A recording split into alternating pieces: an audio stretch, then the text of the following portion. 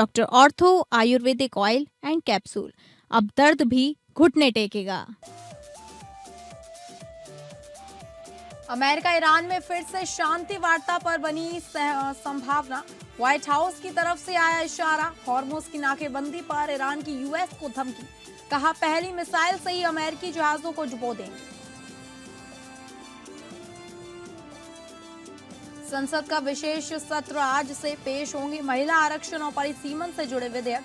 विपक्ष ने कहा सरकार का महिला आरक्षण बिल सिर्फ चुनावी स्टंट, तो बीजेपी ने कहा महिला विरोधी सोच वाली पार्टियां कर रही हैं विरोध। अग्निकांड से दहला लखनऊ, 6 बच्चे अब भी लापता। सीएम योगी ने दिए अधिकारियों को राहत पर निर्देश। 200 से ज्यादा घर झोपड़ियां राख। आंध्र प्रदेश के कुरनूल में हुआ भीषण सड़क हादसा। बोलेरो और लॉरी की टक्कर में 8 तीर्थ यात्रियों की मौत।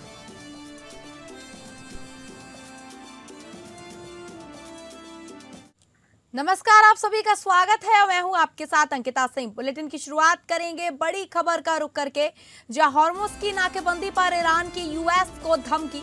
पहली मिसाइल से ही अमेरिकी जहाजों को डुबो देंगे, बोला ईरान। अमेरिका ईरान में फिर से शांति वार्ता की संभावना। व्हाइट हाउस ने बातचीत की संभावना से नहीं किया इनकार। तेहरान में ईरान और पाक अधिकारियों की बैठक। आपको बता दें, अमेरिका और ईरान के बीच युद्ध खत्म करने को लेकर एक बार फिर से शांति वार्ता की संभावना है। तेहरान में ईरानी अधिकारियों और पाकिस्तानी सेना प्रमुख आसिम मुनीर के बीच अहम बातचीत चल रही है। वहीं दूसरी तरफ शहबाज शरीफ सऊदी अरब पहुंच गए हैं। अमेरिका के इशारे पर पाकिस्तान बातचीत में लगा है।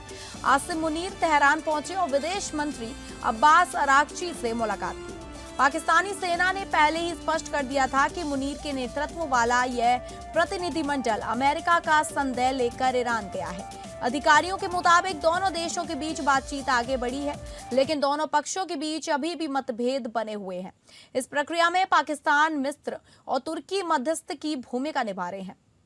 अमेरिकी उपराष्ट्रपति जेडी वेंस, स्टीव विटकॉफ और जेरेड कुशनर ईरान और मध्यस्थ देशों के साथ लगातार बातचीत कर रहे हैं और ड्राफ्ट प्रस्तावों का आदान प्रदान जारी है। अमेरिकी अधिकारियों का कहना है कि हॉर्मुज स्ट्रेट में ट्रंप की नौसैनिक नाकेबंदी और आर्थिक दबाव के कारण ईरान पर समझौते का दबाव बढ़ रहा है। अमेरिका ने दावा किया है कि नाकेबंदी के बाद पिछले 48 घंटों में कोई भी जहाज ईरानी बंदरगाहों तक नहीं पहुंचा। अमेरिकी सेंट्रल कमांड के मुताबिक इस दौरान 9 जहाजों को लौटा दिया गया। इस्लामाबाद में ईरान और अमेरिका के बीच हुई बातचीत नाकाम होने के बाद हालात बिगड़ गए। अमेरिका ने अरब और ओमान की खाड़ी में ईरानी बंदरगाहों की पूरी तरह नाकेबंदी कर दी है। अब किसी भी देश का जहाज ईरान के बंदरगाहों पर ना तो आ सकता है और ना ही वहां से जा सकता है। अमेरिकी नौसेना के युद्धपोत ओमान की खाड़ी में लगातार गश्त कर रहे हैं। इस कार्रवाई पर ईरान ने बहुत सख्त रुख अपना लिया है। ईरान के सर्वोच्च नेता मुज्तबा खामेनेई के सैन्य सलाहकार मोहसिन रेजाई ने अमेरिका को सीधी धमकी दी है। उन्होंने कहा कि अगर अमेरिका हॉर्मुज जल डमरू मध्य की नाकेबंदी करने का फैसला करता है तो ईरान अमेरिकी जहाजों को डुबो देगा। They would very likely be in the same place as they were last time, yes. With the same, I would just want to make one point that's important to the president. The Pakistanis have been incredible mediators throughout this process, and we really appreciate their friendship and their efforts to bring this deal to a close. So they are the only mediator in this negotiation. While there have been many countries around the world who want to offer their help, the president feels it's important to continue to streamline this communication through the Pakistanis, and so that's what continues to take place. और अगली बड़ी खबर का रुख करेंगे संसद सत्र को लेकर, जहां संसद का विशेष सत्र आज पेश होंगे। महिला आरक्षण और परिसीमन से जुड़े विधेयक। 3 अहम संशोधन विधेयक पेश किए जाएंगे। मुद्दे पर चर्चा के लिए 3 दिन का विशेष सत्र। सरकार और विपक्ष में तकरार की पूरी संभावना। सरकार का महिला आरक्षण बिल सिर्फ चुनावी स्टंट है, बोला विपक्ष। महिला विरोधी सोच वाली पार्टियां विरोध कर रही हैं, बोला बीजेपी। आपको बता दें, संसद के विशेष सत्र में आज महिला आरक्षण कानून से जुड़े 3 अहम संशोधन विधेयक पेश किए जाएंगे। इन प्रस्तावों के तहत वर्ष 2029 से लोकसभा और सभी राज्य विधानसभाओं में महिलाओं को 33% आरक्षण देने की व्यवस्था की जाएगी। इसी मुद्दे पर चर्चा के लिए 3 दिन का विशेष सत्र बुलाया गया है। संशोधन विधेयक में लोकसभा की कुल सीटों को बढ़ाकर अधिकतम 850 करने का प्रस्ताव रखा गया है, जबकि वर्तमान में यह संख्या 543 है। प्रस्ताव के अनुसार राज्यों में अधिकतम 815 सीटें और केंद्र शासित प्रदेशों में 35 सीटें निर्धारित की जा सकती हैं। सीटों के अंतिम निर्धारण के लिए परिसीमन प्रक्रिया भी लागू की जाएगी। नए प्रावधानों के तहत लोकसभा की 273 सीटें महिलाओं के लिए आरक्षित होंगी। इन विधेयकों पर संसद में 18 अप्रैल तक विस्तृत चर्चा होने की संभावना है, जिसके बाद आगे की प्रक्रिया तय की जाएगी। लोकसभा में विपक्ष के नेता राहुल गांधी ने बीजेपी के नेतृत्व वाली केंद्र सरकार पर हमला बोला। उन्होंने आरोप लगाया कि महिला आरक्षण बिल पास करने के लिए 2011 की जनगणना का इस्तेमाल किया जा रहा है। भाजपा ने विपक्षी पार्टियों की आलोचना करते हुए कहा कि वे महिला आरक्षण बिल का समर्थन नहीं कर रही है। उन्होंने आरोप लगाया कि महिला विरोधी सोच रखने वाले लोग इस कानून का विरोध कर रहे हैं। भाजपा, कांग्रेस समेत सभी दलों ने अपने सांसदों को संसद में मौजूद रहने का व्हिप भी जारी किया है। सरकार को बिल पास कराने के लिए 2/3 बहुमत की जरूरत होगी।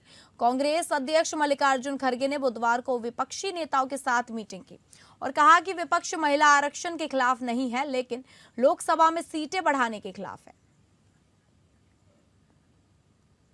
नमस्कार। आज मैं एक बहुत ज़रूरी मुद्दे पे आपसे बात करना चाहता हूँ। ये हर देशवासी के लिए ज़रूरी है, मगर पिछड़ा वर्ग, दलित, आदिवासी महिलाओं के लिए ये सबसे ज़रूरी मुद्दा है। ये आपके भागीदारी के बारे में है। 2023 में पूरे देश ने, सब पार्टियों ने महिला आरक्षण बिल को पूरा समर्थन दिया था। कांग्रेस पार्टी सबसे आगे थी। सालों के लिए हम महिला बिल पास करना चाह रहे थे।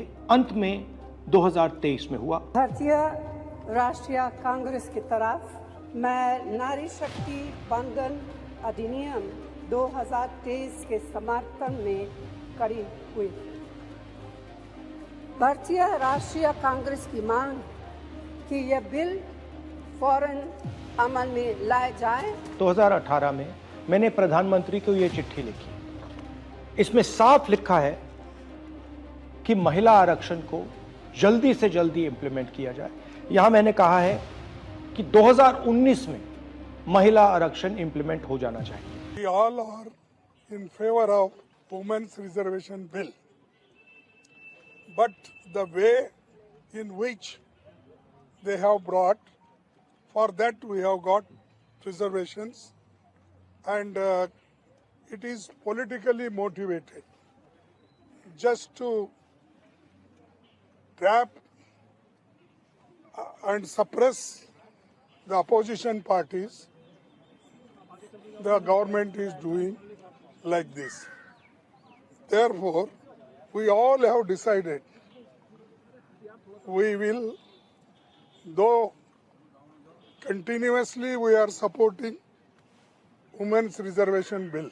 अभी कल मतलब एक स्पेशल अधिवेशन हो रहा है 16, 17, 18 अप्रैल को, और एक नरेंद्र मोदी सरकार ने बहुत बड़ा इम्पोर्टेंट निर्णय लिया है। महिलाओं को रिजर्वेशन देने का है और वो कानून पहले पास हो चुका है, लेकिन अभी नया कानून हो रहा है और उसमें कितनी सीट महिलाओं को देनी है उसके संबंध में 3 दिन में चर्चा होगी और महिलाओं को न्याय मिलेगा, ऐसा मुझे लगता है। और अगली बड़ी खबर का रुख करेंगे जो है झारखंड से, जहां झारखंड कैबिनेट का बड़ा फैसला, बगैर नक्शे के बने मकान होंगे नियमित। डीए में 5% की बढ़ोतरी, महंगाई भत्ते में 5% की बढ़ोतरी। झारखंड कैबिनेट ने 53 प्रस्तावों को मंजूरी दी है। सरकारी कर्मचारियों और पेंशन भोगियों के महंगाई भत्ते में 5% बढ़ोतरी हुई है। अब 252% की जगह 257% डीए मिलेगा। 5वें वेतनमान वाले का डीए भी बढ़ा। अनाधिकृत भवनों को नियमित किया जाएगा। 10 मीटर ऊंचाई तक के G+2 आवास अधिकतम 300 वर्ग मीटर रेगुलर होंगे। आवासीय के लिए 10,000 और गैर आवासीय के लिए 20,000 रुपए न्यूनतम फीस तय की गई है। स्कूल कॉलेज में विज्ञान तकनीक क्विज होगा।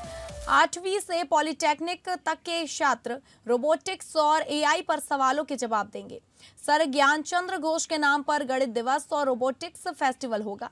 SC/ST एक्ट के लिए रांची, धनबाद, पलामू में अलग कोर्ट बनेंगे। धनबाद, खूंटी, गिरिडीह, जामताड़ा के सदर अस्पताल PPP यानी कि PPP मोड पर मेडिकल कॉलेज बनेंगे।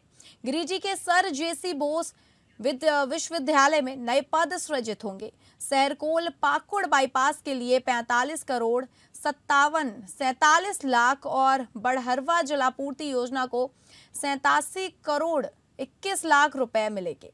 जमशेदपुर में 153 करोड़ 37 लाख से अंतर राज्यीय बस स्टैंड बनेगा। ग्रामीण इंटरनेट के लिए APB भारत नेट प्रोजेक्ट को भी मंजूरी दी गई है। वहीं इस खबर की ज्यादा जानकारी के साथ हमारी संवाददाता तृप्ति सिंह हमारे साथ फोन लाइन पे जुड़ गई हैं। तृप्ति, बहुत बड़ी बढ़ोतरी की गई है, जैसे कि बताया गया है कि DA में 5% की बढ़ोतरी की गई है, महंगाई भत्ते में भी 5% की बढ़ोतरी की गई है। कैबिनेट का बहुत बड़ा फैसला लिया गया है। जी अंकिता, मैं बताना चाहूंगी कि महंगाई भत्ते जो कि DA और तथा DNS रिलीफ जिसको DIA कहा जाता है, उसमें वृद्धि की स्वीकृति कल जो प्रोजेक्ट भवन में झारखंड कैबिनेट की बैठक हुई उसमें प्रदान की गई है। मुख्यमंत्री हेमंत सोरेन की अध्यक्षता में कुल 53 प्रस्तावों को मंजूरी मिली है। इसमें महंगाई भत्ते में जो बढ़ोतरी है उससे कहीं ना कहीं कहा जा सकता है कि नए वित्तीय वर्ष में झारखंड के जो सरकारी कर्मचारियों और पेंशन भोगियों के लिए बहुत बड़ी ये खुशखबरी से कम नहीं है। पारिवारिक पेंशन भोगियों के महंगाई भत्ते में जो 5% की बढ़ोतरी है उसके तहत देखा जाए तो ये कहना गलत नहीं होगा कि 252 की जगह अब 257% महंगाई भत्ता देय होगा। वहीं 5वां वेतन के तहत वेतन और पेंशन लेने वालों के भी महंगाई भत्ते में बढ़ोतरी की गई है और इसकी जानकारी जो दी गई है कुल अभी तक की प्रस्तावों के बारे में, तो उसमें और अन्य भी कई महत्वपूर्ण फैसले हैं। अगर बात करें तो राज्य में जो सरकारी जमीन पर बने अवैध निर्माण को अब वैध करने का फैसला लिया गया है और नगर विकास विभाग के नियमितीकरण को प्रस्ताव को मंजूरी भी दे दी गई है और इसी के तहत अनधिकृत तरीके से बनाए गए भवनों को भी नियमित करने का फैसला लिया गया है, जिससे रांची सहित राज्य भर में अगर 10 मीटर ऊंचाई के आवास हैं उन्हें +2 भवन को रेगुलराइज करने का भी फैसला लिया गया है। वहीं जैसा कि आपने बताया बिल्कुल ये बहुत बड़ी फैसला है कि रोबोटिक फेस्टिवल का भी आयोजन किया जाएगा झारखंड में। इस फेस्टिवल में प्रथम पुरस्कार पाने वाले को 5 लाख रुपए, द्वितीय पुरस्कार पाने वाले को 3 लाख रुपए, तृतीय पुरस्कार पाने वाले को 2 लाख रुपए दिए जाएंगे। एक स्वास्थ्य क्षेत्र में देखा जाए तो बहुत बड़ा कदम माना जा रहा है क्योंकि धनबाद, खूंटी, गिरिडीह और जामताड़ा के सदर अस्पतालों को पब्लिक प्राइवेट पार्टनरशिप यानी कि PPP मोड पर मेडिकल कॉलेज में अपग्रेड करने का निर्णय लिया गया है। ये प्रस्ताव को मंजूरी देकर चिकित्सा, शिक्षा और स्वास्थ्य सेवाओं को बहुत बड़ा बढ़ावा मिलने वाला है झारखंड में। और एक बहुत बड़ा फैसला ये भी है इस कैबिनेट बैठक में जो नामकुम से डोरंडा तक 4 लेन सड़क निर्माण के लिए पुनरीक्षित राशि 162 करोड़ रुपए 162 करोड़ 82 लाख रुपए की स्वीकृति दी गई है, जिससे राजधानी रांची की यातायात पूरी तरह से सुदृढ़ करने का ये एक बड़ा पहल है मुख्यमंत्री हेमंत सोरेन के नेतृत्व में कहीं न कहीं झारखंड सरकार की। अन्य फैसलों में अगर देखा जाए तो सरहलकोल पाकुड़ बाईपास सड़क निर्माण के लिए 45.47 करोड़ रुपए और बड़हरवा शहरी जलापूर्ति योजना के लिए भी 87.21 करोड़ रुपए की स्वीकृति शामिल की गई है। और आपको बताना चाहेंगे इसमें एक बहुत महत्वपूर्ण फैसला ये भी है कि झारखंड चिकित्सा शिक्षा सेवा नियमावली 2026 को गठित करने की स्वीकृति इसी कैबिनेट बैठक में ली गई है। और एक बहुत महत्वपूर्ण फैसला ये भी है कि ग्रामीण क्षेत्रों में जो इंटरनेट कनेक्टिविटी है उसको सुदृढ़ करने के लिए APB भारत नेट प्रोजेक्ट को मंजूरी इस कैबिनेट बैठक में प्रदान की गई है, जिसकी जानकारी मंत्रिमंडल सचिवालय से घोषणा करते हुए दी गई है। और झारखंड राज्य मोटर वाहन कराधान अधिनियम में संशोधन को भी मंजूरी मिली है। साथ ही झारखंड राज्य वित्त आयोग में 18 नए पद सृजित करने की भी स्वीकृति दी गई है। आपको बता दें कि 5म राज्य वित्त आयोग को कार्य विस्तार देते हुए वित्तीय वर्ष 2025-26 के द्वितीय अनुपूरक व्यय विवरणी को भी घटनोत्तर मंजूरी दे दी गई है। आपको ये भी जानकारी देना चाहेंगे कि यहाँ पर जो शिक्षा विभाग है अगर उसकी बात करें तो नीलांबर पीताम्बर विश्वविद्यालय और उसके अधीन कॉलेजों में शैक्षणिक और गैर शैक्षणिक पदों के सृजन पर महत्वपूर्ण निर्णय कल की कैबिनेट बैठक में लिया गया। और एक और महत्वपूर्ण फैसला बताना चाहेंगे, प्रशासनिक व्यवस्था को और सुदृढ़ करने के लिए जो रांची, धनबाद और डाल्टनगंज के न्याय मंडलों में 3 विशेष न्यायालयों के लिए जिला न्यायाधीश स्तर के 3 नए पद सृजित करने की मंजूरी इस कैबिनेट बैठक में ली गई है, जो नए वित्तीय वर्ष 2025-26 के तहत पहली बार आयोजित की गई है मुख्यमंत्री हेमंत सोरेन की अध्यक्षता में कल। कहीं न कहीं कैबिनेट के इन फैसलों से राज्य में विकास कार्यों, शिक्षा, स्वास्थ्य, बुनियादी ढांचे और प्रशासनिक सुधारों को नई गति मिलने की पूरी उम्मीद है, क्योंकि इन्हीं पर जोर देकर ये कुछ अहम फैसले जो है सो लिए गए हैं। एक हमने आपको बताया कि बहुत महत्वपूर्ण फैसला जो रोबोटिक फेस्टिवल को लेकर लिया गया है, इसकी अगर बात करें तो इस वक्त कहीं ना कहीं शिक्षा स्तर को। ठीक है तृप्ति, ठीक है, आपका धन्यवाद जानकारी देने के लिए। और अगली बड़ी खबर का रुख करेंगे जो आ रही है लखनऊ से, जहां अग्निकांड से दहला लखनऊ। 6 बच्चे अभी भी लापता। सीएम योगी ने दिए अधिकारियों को राहत पर निर्देश। 200 से ज्यादा घर, झोपड़ियां राख, 30 सिलेंडर फटने से आग। लखनऊ में बुधवार शाम 5:30 बजे भीषण आग लग गई। विकासनगर इलाके में लगी इस आग से 30 से ज्यादा सिलेंडर फट गए हैं। 250 से ज्यादा झुग्गी झोपड़ियां जलकर राख हो गई। करीब 10 किलोमीटर दूर तक आग की लपटें देखी गई। आग लगने के बाद आसपास के करीब 20 मकानों को खाली करा लिया गया है। फायर ब्रिगेड की 20 गाड़ियों ने करीब 3 घंटे बाद आग पर काबू पाया। इस दौरान इलाके की लाइट काट दी गई। एक युवक का कहना है कि उसके 4 बच्चों की जलकर मौत हो गई है। बाकी लोगों को सारा सामान जलकर राख हो गया है। जिनकी झोपड़ियां जली हैं वो लोग रोते बिखलते रहे। कुछ लोगों का आरोप है कि जानबूझकर आग लगाई गई है। सीएम योगी ने आग की घटना का संज्ञान लेते हुए अफसरों को तुरंत मौके पर पहुंचने के निर्देश दिए। डिप्टी सीएम ब्रजेश पाठक भी मौके पर पहुंचे और अधिकारियों को तेजी से बचाव कार्य करने के आदेश दिए। मेयर सुषमा खरकवाल ने आग लगने की घटना पर दुख जताया। घटना की सूचना मिलते ही नगर निगम की टीम को तत्काल मौके पर भेजा। नगर आयुक्त तो गौरव कुमार घटनास्थल पर मौजूद रहकर राहत एवं बचाव कार्यों की निगरानी की। विकासनगर झुग्गी झोपड़ी में लगी भीषण आग की घटना पर रक्षा मंत्री राजनाथ सिंह ने जिलाधिकारी से बात की। उन्हें राहत कार्य तेज करने के निर्देश दिए गए। भाजपा लखनऊ महानगर अध्यक्ष आनंद द्विवेदी ने बताया कि विकासनगर स्थित आग की घटना पर रक्षा मंत्री ने गंभीर चिंता व्यक्त की है।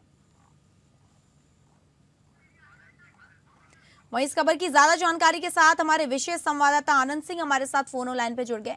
आनंद, जिस तरीके से 30 से ज्यादा सिलेंडर फट गए हैं, झुग्गी झोपड़ियां जलकर राख हो गई हैं, बच्चों की भी मौतें हो गई हैं, 6 बच्चे जिसमें लापता भी हैं, आखिर क्या है, मतलब कैसे आग लगी जो इतनी ज्यादा भयंकर आग से पूरी झोपड़ियां जल गई?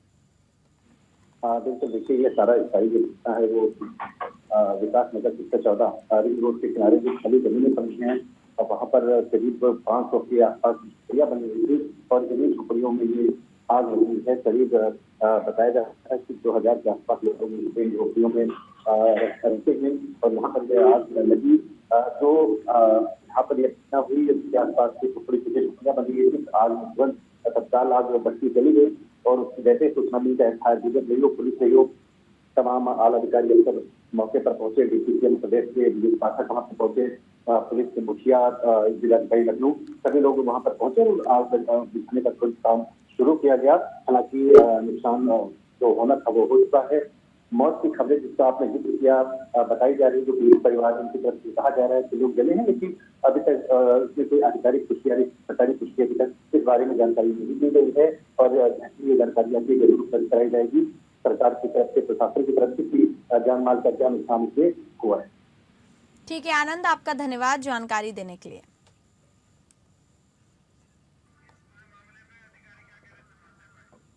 अब इस पूरे मामले पर अधिकारियों ने क्या कहा है आपको सुनवाते हैं।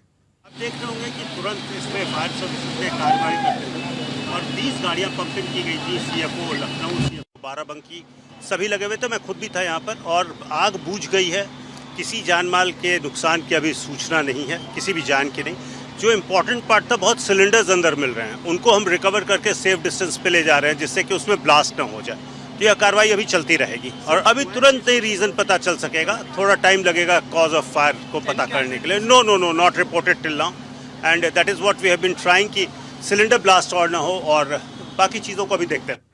और अगली बड़ी खबर का रुख करेंगे, जहां न्यायपालिका और सरकारी वकील पद पर महिला आरक्षण 50% आरक्षण लागू करने की मांग वाली याचिका पर आज सुप्रीम कोर्ट सुनवाई करेगा। न्यायपालिका और सरकारी वकीलों के पदों पर महिलाओं के लिए 50% आरक्षण लागू करने की मांग वाली याचिका पर आज सुप्रीम कोर्ट सुनवाई करेगा।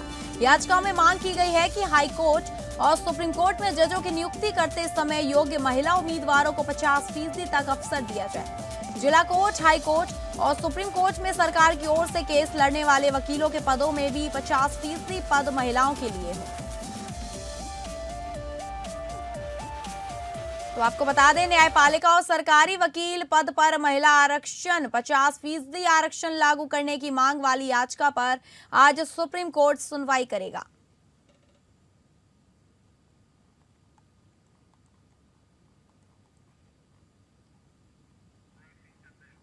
इस खबर की ज्यादा जानकारी के साथ हमारे संवाददाता विवेक सिंह चंदेल हमारे साथ फोन लाइन पे जुड़ गए। विवेक, आज 50% महिला आरक्षण को लेकर जो याचिका है जिस पे मांग की गई है, आज उस पर सुप्रीम कोर्ट सुनवाई करने वाला है। क्या जानकारी है, क्या हो सकता है? पिछली बार भी क्या हुआ था सुनवाई में? क्योंकि ये 50% महिलाओं का आरक्षण सिर्फ न्यायपालिका और सरकारी वकीलों को लेकर है, उस मामले को लेकर सुप्रीम कोर्ट में याचिका दाखिल की गई है। हालांकि ऐसे सुप्रीम कोर्ट के जो मुख्य न्यायाधीश हैं जस्टिस सूर्यकांत, इन्होंने भी हाल ही में बेंगलुरु में जो एससीबी का प्रोग्राम था उसमें ये बात कही थी कि महिलाओं को आरक्षण दिया जाना चाहिए, क्योंकि अभी जो स्थिति है उसके हिसाब से अगर हमको वाकई में महिलाओं के समान प्रतिनिधित्व की बात करनी है तो हमें निचले स्तर पर ही ये प्रयास करने होंगे, खासतौर से न्यायपालिका के लिए नहीं। हालांकि उन्होंने ये जरूर कहा था कि जितने भी सरकारी वकीलों के जो पैनल होते हैं उनमें कम से कम 50% महिलाओं को आरक्षण दिया जाना चाहिए। उसी के आधार पर एक याचिका दाखिल की गई है और ये कहा गया है कि इस मामले में सरकारी वकीलों का जो पैनल होता है उसमें 50% आरक्षण महिलाओं को दिया जाए। दूसरी बात, न्यायपालिका में भी 50% आरक्षण दिए जाने की मांग की गई है, क्योंकि सुप्रीम कोर्ट के सामने एक दलील के रूप में ये मामला रखा गया है। अब सुप्रीम कोर्ट क्या इसमें कोई आदेश जारी करेगा, वहीं हम आप अपने दर्शकों को ये भी बता दें कि अभी स्कोरा की तरफ से ठीक है विवेक, आपका धन्यवाद जानकारी देने के लिए। और अगली बड़ी खबर का रुख करेंगे, जहां कुरनूल में भीषण सड़क हादसा, कर्नाटक के 8 श्रद्धालुओं की मौत हो गई है। बोलेरो और लॉरी में भीषण टक्कर, पुलिस ने मामला दर्ज, जांच शुरू की है।